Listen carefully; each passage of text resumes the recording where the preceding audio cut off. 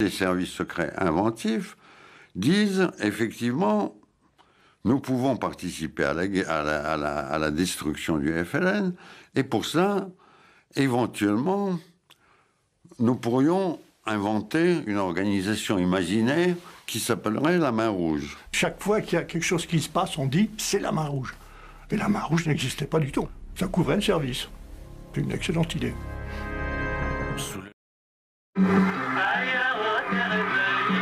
La décolonisation se poursuit. L'Indochine et l'Algérie ont conquis leur liberté par les armes. Pour les colonies d'Afrique noire, les guerres ouvertes seront évitées. Le général de Gaulle a accepté qu'elles prennent leur indépendance. Mais ce ne sera pas si simple. Les services secrets seront fort utiles au président pour garantir l'influence de la France dans son précaré africain et son accès aux richesses du continent noir. Le lien entre De Gaulle et l'Afrique porte un nom. Jacques Foccart, ancien du BCRA devenu homme d'affaires et réserviste du service Action, il anime un réseau qui contrôle les intérêts de la France. Homme de l'ombre et des coups tordus, il est l'œil de Gaulle en Afrique et son poing. Chaque soir, il le rencontre en tête-à-tête dans son bureau de l'Élysée. De Gaulle et Foccart, on ne sait rien. Aux nouveaux pays indépendants, De Gaulle propose d'intégrer la communauté que la France a créée avec ses anciennes colonies. Mais la contestation n'est pas admise. Plusieurs leaders africains refusant le projet gaullien vont payer cher cet affront. L'expérience acquise dans la lutte contre le FLN va servir aux SDEC en Afrique noire.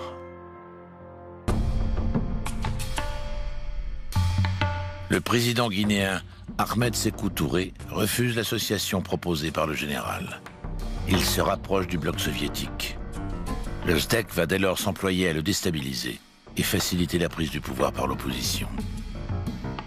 Les services français font circuler de la fausse monnaie guinéenne qui inonde bientôt le marché. L'économie locale s'effondre. La manœuvre est malvenue et dérisoire car le leader guinéen se rapprochera durablement de l'URSS. Au Cameroun, le leader du parti d'opposition UPC, Félix Moumié, lutte contre le régime d'Amadou Ahidjo mis en place par Foccart. William Bechtel, ancien du BCRA, réserviste doyen du service Action, est envoyé à Genève pour l'assassiner. Bechtel a joué le journaliste qui voulait interviewer Félix Moumié. Et au cours du repas, Bechtel a empoisonné d'abord le pastis, l'apéritif, avec du thallium. Félix Moumié a trouvé que le pastis avait mauvais goût et ne l'a pas bu.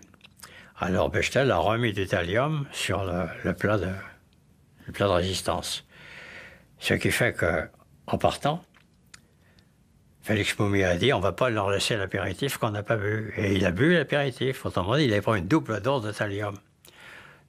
Donc, il ne pouvait pas vivre très longtemps et il s'est rendu compte tout de suite qu'il était empoisonné. Sécession katangaise de 1960 que la France appuie avec ses mercenaires autour de Bob Denard. Foccart est présent avec ses mercenaires lors de la sécession de la province pétrolière du Biafra, au Nigeria. Le soutien clandestin de la France a prolongé le conflit de plusieurs années et provoqué la mort de dizaines de milliers de personnes dans une catastrophe humanitaire majeure. Derrière cette opération, en réalité, il y avait un intérêt pétrolier indiscutable des Français qui se disaient bah, tiens, si on met la main sur le pétrole, ça serait pas mal. En réalité, la guerre du Biafra, c'est une guerre entre les compagnies pétrolières, je dirais, anglophones, hein, et les Français. On peut habiller ça comme on veut, mais le fond de l'histoire, il est là. Au prix de milliers de vies. Pardon? Au prix de milliers de vies. Ah oui, ça c'est sûr. Ça, je vous dis pas le contraire. À partir du moment, par exemple, où vous récupérez des minerais qui vont être traités ensuite en France, à partir du moment où vous extrayez du pétrole et que c'est du bon... Enfin, à partir du moment où vous avez des activités qui sont des activités qui vont apporter à l'économie française un développement, ben, évidemment, c'est une bonne justification quand même, hein. Alors vous me direz, oui, mais peut-être que la partie amont a peut-être été très morale. C'est vrai, mais les autres font pareil. Alors vous me direz, c'est pas une excuse. Hein, ça c'est vrai. Mais le monde n'est pas un monde angélique. Hein. C'est moins qu'on puisse dire. Sur le moment, on ne se pose pas de questions, puis après, en y repensant, on se dit quand même, est-ce que c'était bien ou mal? Et puis on se dit, bon, quand même, c'était pour la France, comme on dit. On feint de croire que Jacques Foccart serait une sorte de franc-tireur, un électron libre. Rien n'est plus inexact. Aux mains du général, il est une arme. Foccart est l'instrument du général, lui. Le général de Gaulle n'a jamais aimé les services secrets et ces méthodes de gangster des services secrets. Alors, il fermait les yeux, là, et puis il avait un Deus ex machina qui était Foccart. Il faisait ça par personne interposée, mais il ne voulait pas le savoir. Il a toujours considéré ça comme absolument nécessaire. J'ai tendance à croire que pour lui, c'était un mal nécessaire. C'est-à-dire que, si vous voulez, il n'avait pas... pour lui, c'était pas... Lui, c'était un soldat traditionnel, si vous voulez. La guerre du renseignement, il faut reconnaître que c'est pas très traditionnel. Depuis l'appel du 18 juin 1940, un quart de siècle s'est écoulé. Conçu pour lutter contre le nazisme, consolidé en Indochine, en Afrique noire et en Algérie, les services secrets français sont à la fois puissants, redoutés et très fragiles. Le milieu des années 60, c'est le pic de la guerre froide.